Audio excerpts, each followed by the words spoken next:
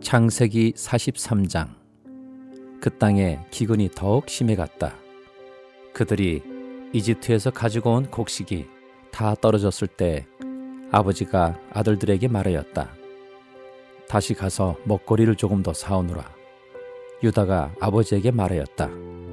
그 사람이 우리에게 엄하게 경고하면서 너희가 막내 아우를 데리고 오지 않으면 다시는 나의 얼굴을 못 볼 것이다 하고 말하였습니다. 우리가 막내를 데리고 함께 가게 아버지께서 허락하여 주시면 다시 가서 아버지께서 잡수실 것을 사오겠습니다. 그러나 아버지께서 막내를 보낼 수 없다고 하시면 우리는 갈 수 없습니다.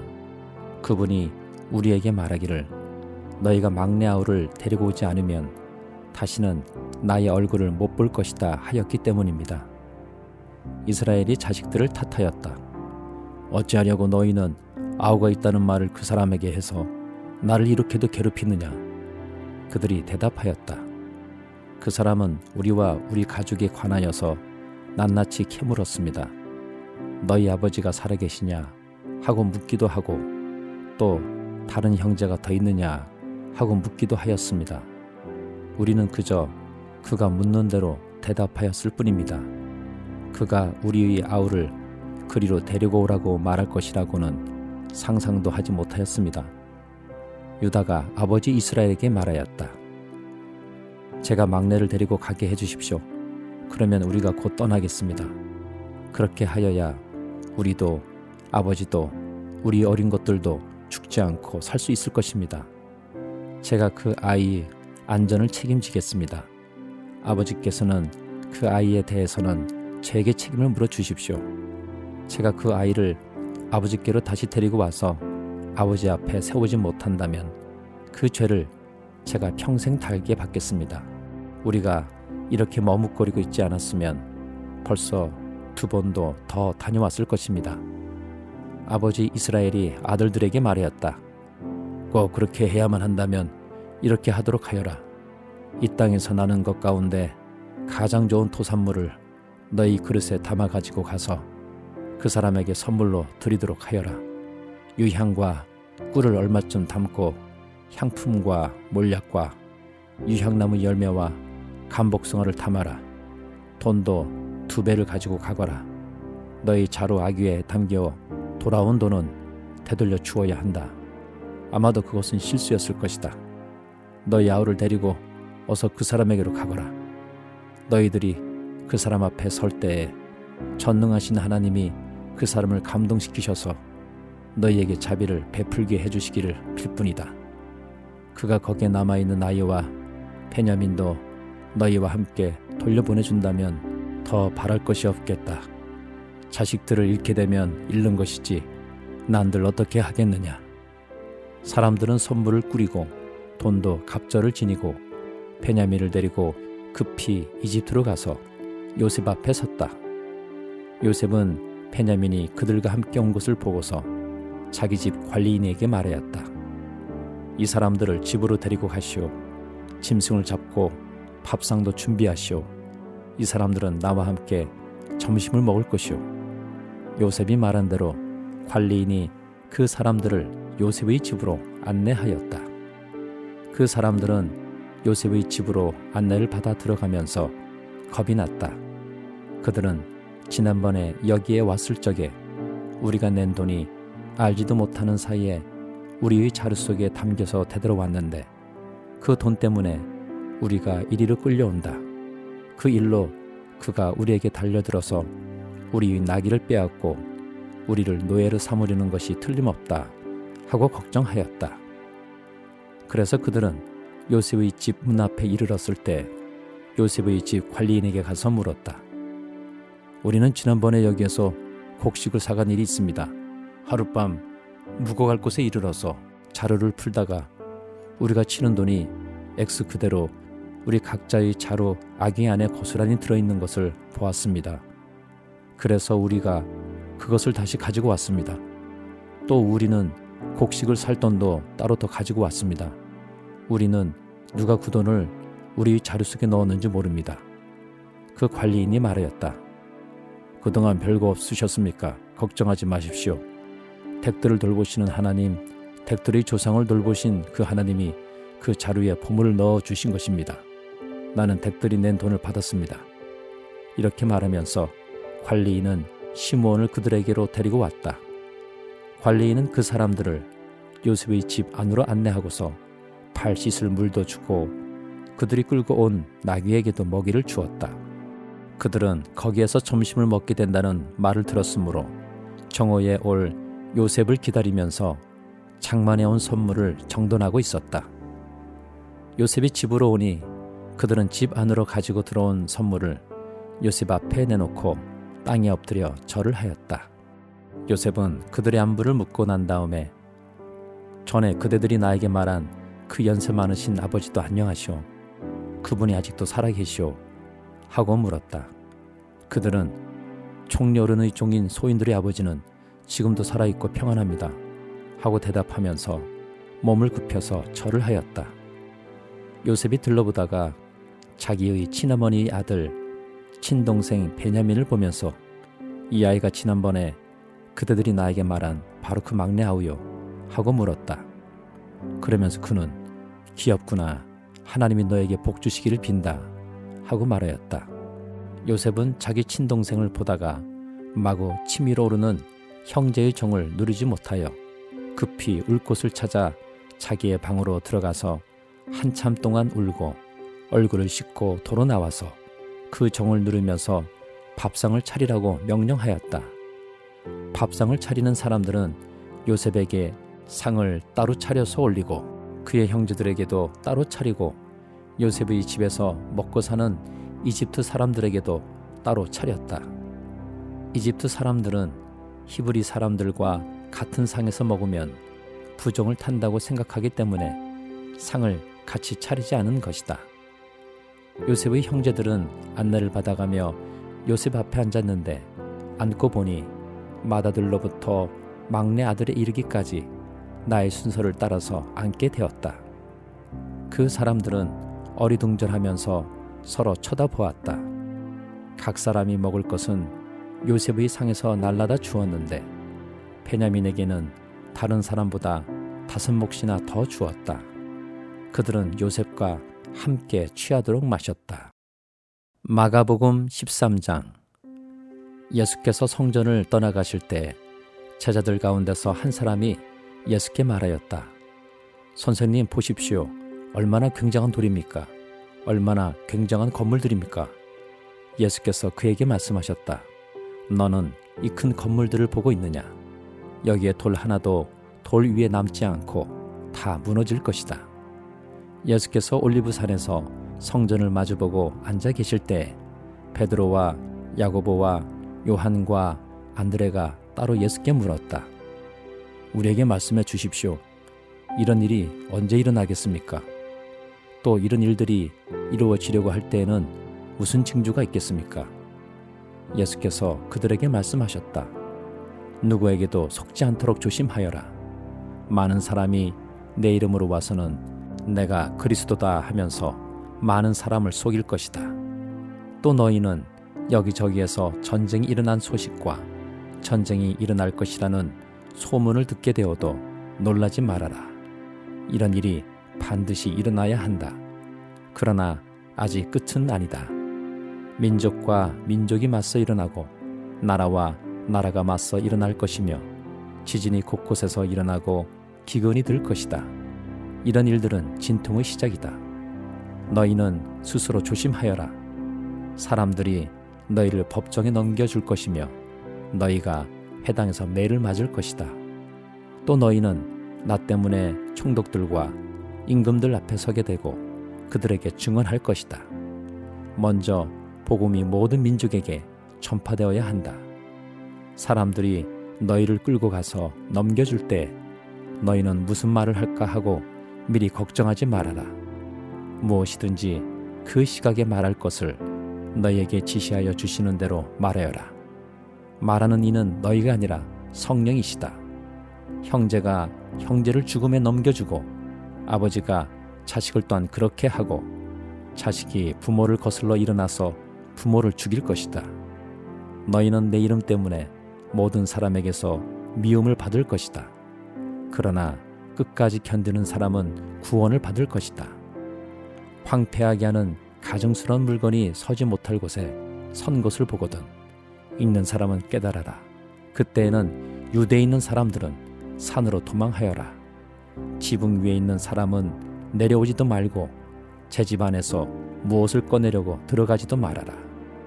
들에 있는 사람은 제 겉옷을 가지러 뒤로 돌아서지 말아라. 그날에는 아이벤 여자들과 젖먹이가 딸린 여자들은 불행하다. 이 일이 겨울에 일어나지 않도록 기도하여라. 그날에 환난이 닥칠 것인데 그런 환난은 하나님께서 세상을 창조하신 이래로 지금까지 없었고 앞으로도 없을 것이다. 주님께서 그 날들을 줄여주지 않으셨다면 구원받을 사람이 하나도 없을 것이다. 그러나 주님께서는 주님이 뽑으신 선택받은 사람들을 위하여 그 날들을 줄여주셨다. 그때에 누가 너희에게 보아라 그리스도가 여기에 있다, 보아라 그리스도가 저기에 있다 하더라도 믿지 말아라.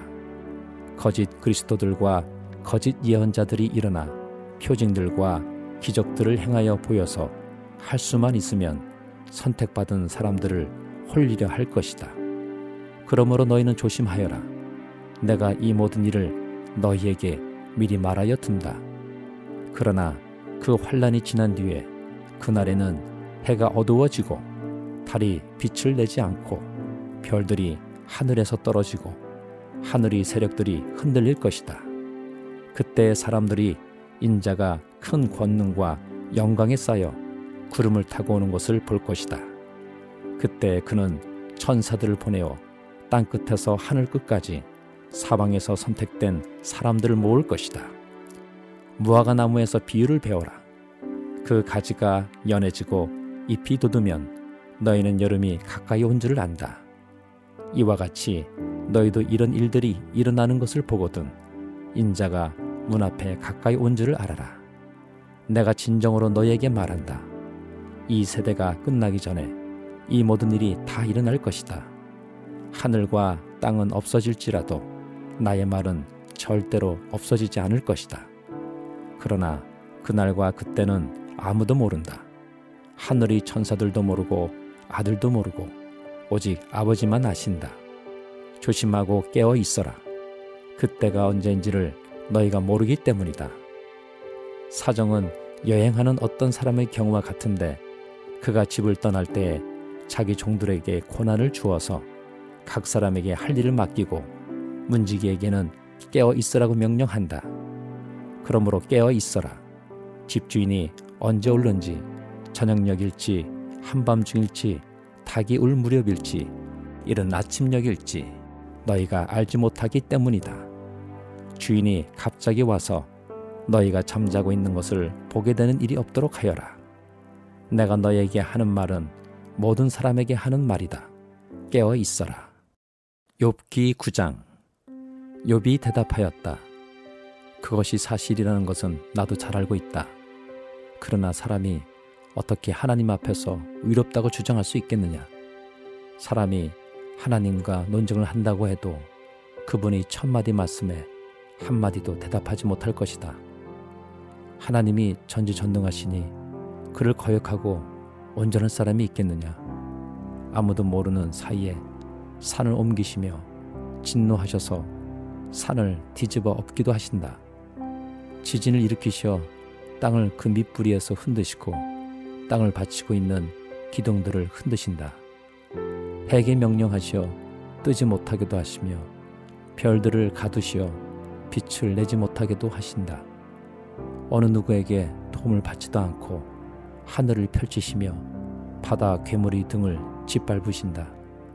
북두칠성과 삼성을 만드시고 묘성과 남방의 밀실을 만드시며 우리가 측량할 수 없는 큰 일을 하시며 우리가 헤아릴 수 없는 기이한 일을 행하시는 분이시다.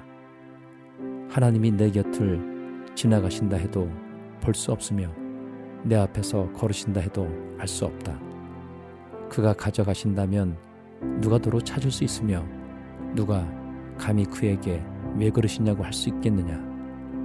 하나님이 진노를 풀지 아니하시면 라합을 돕는 무리도 무릎을 꿇는데 내가 어찌 감히 그분에게 한마디라도 대답할 수 있겠으며 내가 무슨 말로 말대꾸를 할 수 있겠느냐. 비록 내가 옳다 해도 감히 아무 대답도 할 수 없다. 다만 나로서 할 수 있는 일은 나를 심판하실 그분께 은총을 비는 것뿐이다. 비록 그분께서 내가 말하는 것을 허락하신다 해도 내가 부르짖는 소리를 귀 기울여 들으실까? 그분께서 머리털 한 오락이만한 하찮은 일로도 나를 이렇게 짓눌러 부수시고 나도 모를 이유로 나에게 많은 상처를 입히시는데 숨 돌릴 틈도 주시지 않고 쓰라림만 안겨주시는데 그분께서 내 간구를 들어주실까? 강한 쪽이 그분이신데 힘으로 겨룬다고 한들 어떻게 이기겠으며 재판에 붙인다고 한들 누가 그분을 재판정으로 불러올 수 있겠느냐. 비록 내가 옳다고 하더라도 그분께서 내 입을 시켜서 나를 정죄하실 것이며 비록 내가 흠이 없다고 하더라도 그분께서 나를 틀렸다고 하실 것이다. 비록 내가 흠이 없다고 하더라도 나도 나 자신을 잘 모르겠고 다만 산다는 것이 싫을 뿐이다. 나에게는 모든 것이 한 가지로만 여겨진다. 그러므로 나는 그분께서는 흠이 없는 사람이나 악한 사람이나 다 한 가지로 심판하신다 하고 말할 수밖에 없다. 갑작스러운 재앙으로 다들 죽게 되었을 때에도 죄 없는 자마저 재앙을 받는 것을 보시고 비웃으실 것이다. 세상이 악한 권세자의 손에 넘어가도 주님께서 재판관의 눈을 가려서 제대로 판결하지 못하게 하신다. 그러지 않다고 하면 그렇게 하는 이가 누구란 말이냐. 내 일생이 달리는 경주자보다 더 빨리 지나가므로 좋은 세월을 누릴 겨를이 없습니다. 그 지나가는 것이 갈대배와 같이 빠르고 먹이를 덮치려고 내려오는 독수리처럼 빠릅니다. 온갖 불평도 잊어버리고 슬픈 얼굴빛을 고쳐서 애써 명랑하게 보이려고 해도 내가 겪는 이 모든 고통이 다만 두렵기만 합니다. 그러나 주님께서 나를 죄 없다고 여기지 않으실 것임을 압니다. 주님께서 나를 정죄하신다면 내가 무엇 때문에 이렇게 애써서 헛된 수고를 해야 합니까? 비록 내가 비누로 몸을 씻고 잿물로 손을 깨끗이 닦아도 주님께서 나를 다시 시궁창에 쳐넣으시니 내 오신들 나를 좋아하겠습니까? 하나님이 나와 같은 사람이기만 하여도 내가 그분께 말을 할 수 있으련만 함께 법정에 서서 이 논쟁을 끝낼 수 있으련만 우리들 사이를 중재할 사람이 없고 하나님과 나 사이를 판결해 줄 리가 없구나. 내게 소원이 있다면 내가 더 두려워 떨지 않도록 하나님이 채찍을 거두시는 것 그렇게 되면 나는 두려움이 없이 말하겠다. 그러나 나 스스로는 그럴 수가 없는 줄을 알고 있다. 로마서 13장. 사람은 누구나 위에 있는 권세에 복종해야 합니다. 모든 권세는 하나님께로부터 온 것이며 이미 있는 권세들도 하나님께서 세워주신 것입니다. 그러므로 권세를 거역하는 사람은 하나님의 명을 거역하는 것이요 거역하는 사람은 심판을 받게 될 것입니다. 치안관들은 좋은 일을 하는 사람에게는 두려울 것이 없고 나쁜 일을 하는 사람에게만 두려움이 됩니다. 권세를 행사하는 사람을 두려워하지 않으려거든 좋은 일을 하십시오. 그러면 그에게서 칭찬을 받을 것입니다. 권세를 행사하는 사람은 여러분 각 사람에게 유익을 주려고 일하는 하나님의 일꾼입니다. 그러나 그대가 나쁜 일을 저지를 때에는 두려워해야 합니다. 그는 공연히 칼을 차고 있는 것이 아닙니다. 그는 하나님의 일꾼으로서 나쁜 일을 하는 자에게 하나님의 진노를 집행하는 사람입니다. 그러므로 진노를 두려워해서만이 아니라 양심을 생각해서도 복종해야 합니다. 같은 이유로 여러분은 또한 조세를 바칩니다. 그들은 하나님의 일꾼들로서 바로 이 일을 하는데 힘쓰고 있습니다. 여러분은 모든 사람에게 의무를 다하십시오. 조세를 바쳐야 할 이에게는 조세를 바치고, 관세를 바쳐야 할 이에게는 관세를 바치고, 두려워해야 할 이는 두려워하고, 존경해야 할 이는 존경하십시오. 서로 사랑하는 것 외에는 아무에게도 빚을 지지 마십시오. 남을 사랑하는 사람은 율법을 다 이룬 것입니다. 간음하지 말아라, 살인하지 말아라, 도둑질하지 말아라, 탐내지 말아라 하는 계명과 그 밖에 또 다른 계명이 있을지라도 모든 계명은 내 이웃을 내 몸과 같이 사랑하여라 하는 말씀에 요약되어 있습니다. 사랑은 이웃에게 해를 입히지 않습니다. 그러므로 사랑은 율법의 완성입니다. 여러분은 지금이 어느 때인지 압니다. 잠에서 깨어나야 할 때가 벌써 되었습니다. 지금은 우리 구원이 우리가 처음 믿을 때보다 더 가까워졌습니다. 밤이 깊고 낮이 가까이 왔습니다. 그러므로 우리는 어둠의 행실을 벗어버리고 빛의 갑옷을 입읍시다. 낮에 행동하듯이 단정하게 행합시다. 호사한 견해와 술 취함, 음행과 방탕, 싸움과 시기에 빠지지 맙시다. 주 예수 그리스도로 옷을 입으십시오. 정욕을 채우려고 육신의 일을 깨하지 마십시오.